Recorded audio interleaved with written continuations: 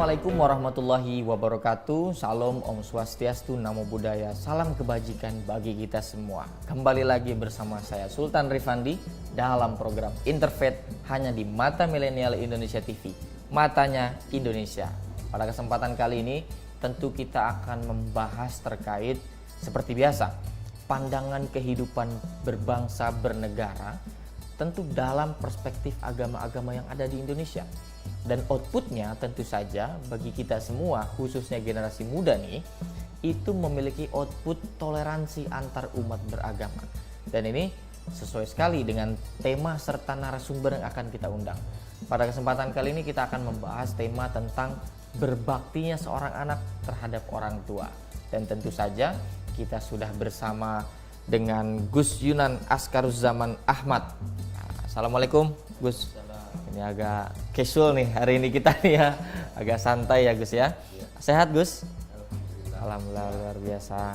Dan kita sudah bersama Gus Yunan, tapi tentu saja Gus ya, sebelum kita diskusi lebih panjang lagi, lebih dialog lebih panjang lagi nih Gus ya, karena masih dalam situasi pandemi jadi mohon izin kita menggunakan masker terlebih dahulu, karena sekalipun sudah PPKM-nya ini menurun ya, level 2 atau level 1 di Jakarta, tapi kita tetap harus menggunakan protokol kesehatan.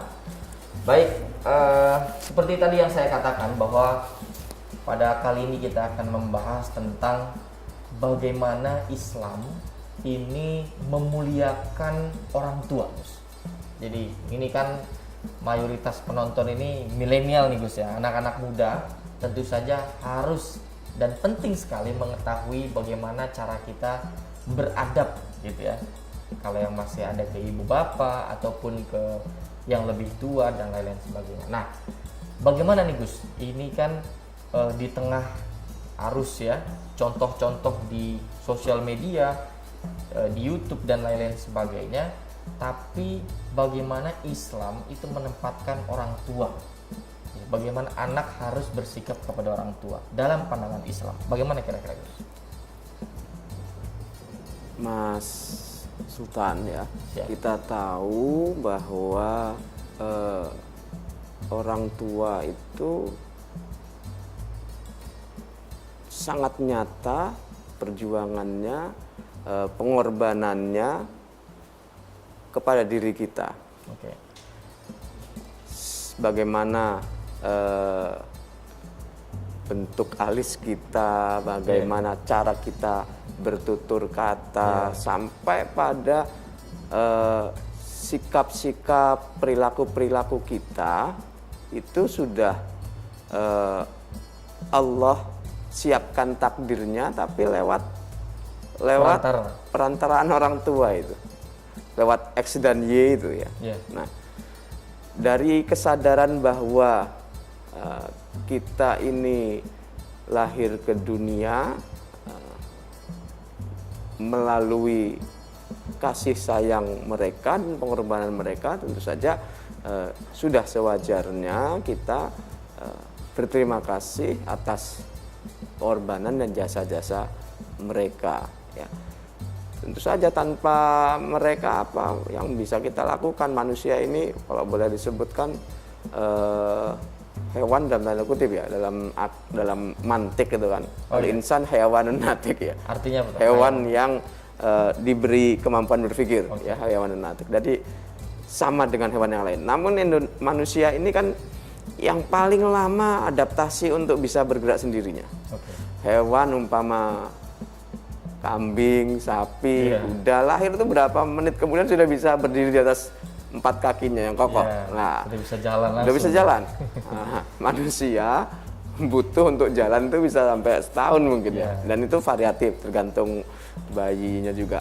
Nah, di situ maka betapa kita ini sangat bergantung kepada orang tua, kasih sayangnya, kemudian juga pada saat yang bersamaan juga Allah berikan rasa kasih sayang yang begitu besar dari orang tua ke kita. Karena apa? Coba kalau kandungan itu cuman 2 jam, 3 jam. Rasa sayangnya ibu itu nggak akan sedalam sampai 9 bulan kan. 9 bulan dibawa kemana-mana. Maka ketika lahir dan sudah lahir sangat sayang. Siap berjuang untuk apa? Untuk kebahagiaan anaknya, siap fight untuk memperjuangkan kebutuhannya, kasih sayangnya. Nah ini hal yang sangat luar biasa sekali kalau kita amati benar ya, dari kita dulu di alam ruh, lalu 4 bulan berdasarkan hadis di Arba'in Nawawi itu 4 bulan dimasukkan ke dalam rahim ibunda kita, sambil berbarengan ditulis nasibnya ya, rezekinya begitu ditulis itu semua. Nah, lalu lahir, kita tidak bisa apa-apa. Kalau hewan lain bisa dalam hitungan jam bisa sehat langsung berdiri, kita tidak bisa, belum bisa. Maka kehadiran ibu, bapak, nah ini pada satu saat kelak sebagai sudah sunatullah, bahwa jadi setelah lahir manusia itu di antara hewan lainnya, kalau boleh disebut, manusia hewan natik, diberi kemampuan berpikir, menganalisa, sehingga dengan itu dipercaya oleh Allah untuk menjadi khalifah, ya, mandataris mengelola alam semesta ini. Nah, namun tidak serta-merta itu dia langsung pada saat itu langsung bisa berdiri, sehingga kehadiran orang yang bersedia mengasuh sampai dewasa penuh kasih sayang.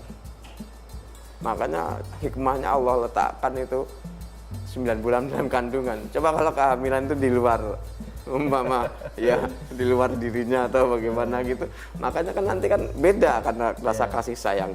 Ini kan bahasanya darah dagingku sendiri, buah hatiku sendiri, sehingga orang tua memperjuangkannya itu dengan sungguh-sungguh. 9 bulan dilewati, siang malam 24 jam.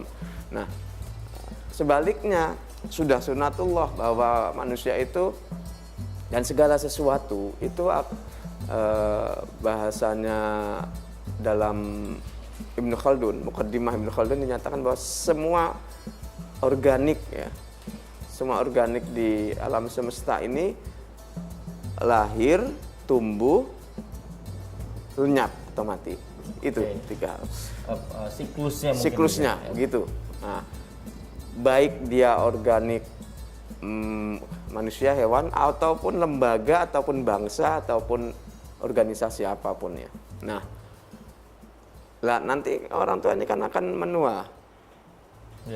Karena itu akan digantikan, ganti merawat. Anaknya lah yang akan merawatnya. Nah, karena itu Nabi kan meninggalkan pesan itu, berbaktilah engkau kepada orang tuamu, kelak anakmu lah ganti akan berbakti padamu. Maka di situ kita penting juga mengajari anak kita silaturahim ke kakek neneknya, dia ke saudara, dia melihat dengan 2 matanya bagaimana ibu bapaknya bakti kepada kakek neneknya, sehingga ada contoh. Tentu saja kan namanya anak itu, cara belajar paling awal itu kan duplikasi kan, Mas. Melihat contoh, menduplikat apa yang didengar itulah akan yang diucapkan, apa yang dilihat itulah yang akan ditiru. Maka di situ seorang orang tua itu berhati-hati banget pilihan diksinya ya, kemudian perilakunya itu akan menjadi ditiru itu. Anak kecil itu peniru yang paling baik. Ada istilah golden age itu ya, waktu balita itu ya, anak kecil itu. Golden age ya. Terutama kalau itu dalam dunia itu ya 1000 hari pertama itu ya. Perkembangan untuk otaknya, kemudian tidurnya yang harus diupayakan panjang. Iya. Ya. Nah, pada titik itu setiap anak manusia itu dalam agama Islam itu diminta untuk nafakuri itu kan, menafakuri, merasakan kasih sayangnya orang tua, sehingga pada saat nanti dia juga menjadi orang tua itu ganti nanti anaknya yang akan berbakti kepada dirinya. Namun biasanya orang kurang memahami betapa besar jasa kedua orang tuanya, pengorbanannya, kasih sayangnya, kecuali setelah dia sendiri menjadi orang tua, Mas Sultan. Ya. Iya, pas dia jadi orang tua, terus bingung melihat tingkah pola anaknya atau problematika dalam sekolahnya, jenjangnya, kemudian ada semacam tanda kutip kenakalannya, problem-problemnya. Di situ baru dia itu nanti akan merasa, ya Allah, betapa beratnya bapak ibuku itu ya. Apalagi kalau orang zaman dulu kan anaknya banyak-banyak ya. Oh, iya. Orang zaman sekarang kan sedikit, ya, sehingga problemnya lebih sedikit. Nah di situ indahnya manusia yang mau merenung gitu kan. Jadi di situ dia merenung bener, ya Allah, orang tuaku saya nakal ke orang iya, tua. kayak gini ya beratnya jadi orang tua kan gitu. Bahkan ada ungkapan begini Gus, ada ya hadis ya atau Quran gitu yang mengatakan gitu Gus ya, nggak boleh ngucap aja tuh nggak boleh gitu. Iya. Wala taqul lahum uffin itu. Iya, ya. betul. Nah itu maksudnya gimana tuh Gus? Jadi membantah pada hal yang sepele saja, bukan masalah yang prinsip ya. Itu Islam pada siapapun pada intinya harus cara kita mendeliverkan gagasan kita, ide kita itu harus dengan cara yang santun, pemilihan diksi yang baik, juga melihat momen kan, itu sudah jelas itu. Sehingga seperti contohnya saja bahwa Nabi Harun dan Nabi Musa saja diutus idhaba ila Fir'aun, kalian berdua pergi ke Fir'aun, innahu tagha, dia sudah melampaui batas.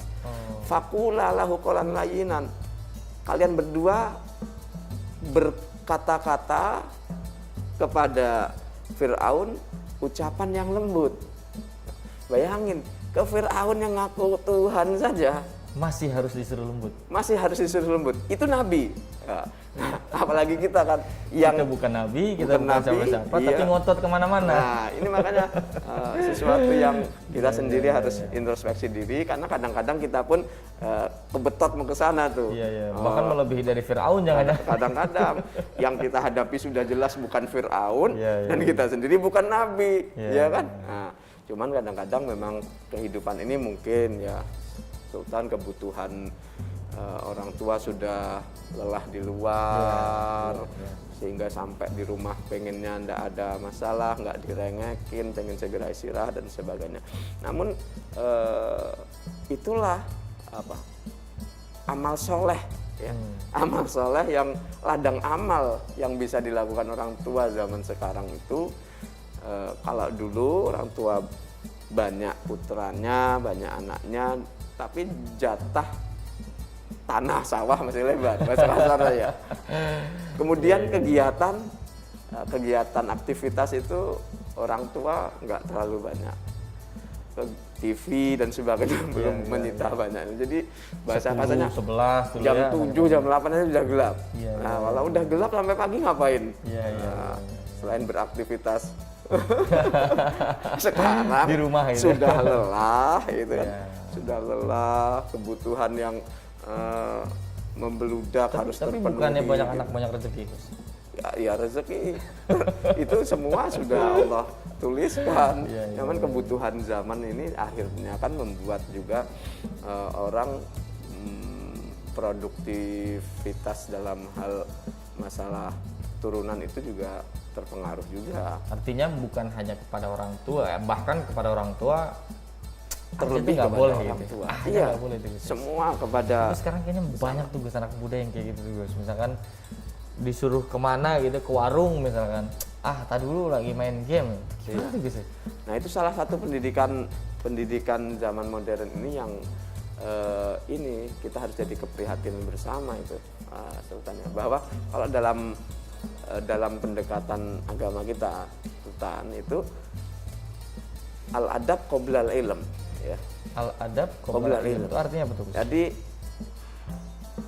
adab itu harus didahulukan bahkan sebelum Anda pun mencari ilmu. Oh. Jadi maksudnya ya pentingkan adab, pentingkan akhlak. Jadi percuma juga pintar tapi nggak punya Nah adab. iya, gitu. betul. Karena itu kan seperti pesannya ibundanya Imam Malik, kalau sambil Imam Malik itu mau sekolah sore gitu, dipakain baju bersih, dikasih parfum, kasih sesuatu buat suasana Arab tentu saja. Itu pesannya selalu belajarlah dari syekhmu, dari gurumu, pelajarilah, cermatilah, contohlah akhlaknya sebelum engkau belajar ilmu-ilmu yang diajarkannya. Nah di sini nih mungkin pendekatan herd di lembaga pendidikan formal maupun informal itu terlalu masuknya ke otak, dijejali terus. Cuma transfer ilmu. Nah, transfer ilmu, tidak pembentukan karakter. Maka bersyukur sekali jika sekarang ada terus departemen-departemen yang terkait itu berusaha bagaimana manusia Indonesia seperti amanat undang-undang ini manusia yang seutuhnya kan, yang bukan robot, yang bukan separuh kemanusiaannya itu. Ya, jadi mungkin itu pesannya ya Gus ya, artinya ketika kita mampu sopan gitu ya, santun terhadap orang tua, tapi bukan hanya ke orang tua tapi ke semuanya juga. Tentu masih ada banyak lagi pertanyaan yang akan saya tanyakan ke Gus Yunan, tapi kita mungkin akan break sejenak dulu Gus, karena mungkin mau minum kopinya dulu gitu ya, mau istirahat sejenak dulu. Dan tentu saja bagi para pemirsa jangan kemana-mana, karena akan masih banyak pembahasan yang akan saya tanyakan lagi. Jadi tetap di Interfaith hanya di Mata Milenial Indonesia TV, matanya Indonesia.